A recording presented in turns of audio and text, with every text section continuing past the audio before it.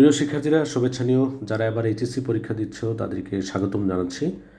আজকে যে ভিডিওটা নিয়ে তোমাদের সামনে উপস্থিত হয়েছি, তোমরা দেখতে পাচ্ছ এটা একটা চিত্রটি হলো অ্যাগ্রোব্যাকটেরিয়াম টিউমিফিসিয়েন্স। এটা একটা ব্যাকটেরিয়া।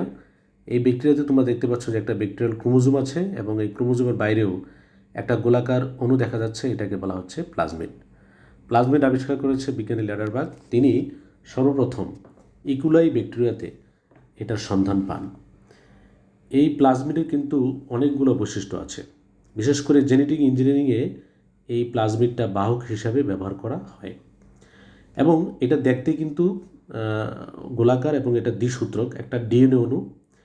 এটার আরও কতগুলো বৈশিষ্ট্য আছে যে এটা অল্প কিছু সংখ্যক জিন ধারণ করে এবং এটা নির্দিষ্ট স্থানে রেস্ট্রিকশন এনজাইম দিয়ে কাটা যায়।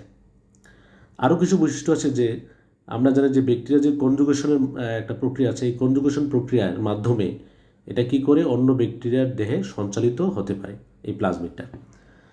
এবং আরও কিছু বৈশিষ্ট্য যে প্লাজমিডের ডিএনএ অণু স্বাধীনভাবে ডিএনএ অনুলিপন করতে পারে, অর্থাৎ এই প্লাজমিড স্বাধীনভাবে ডিএনএ অণু অনুলিপন করতে পারে।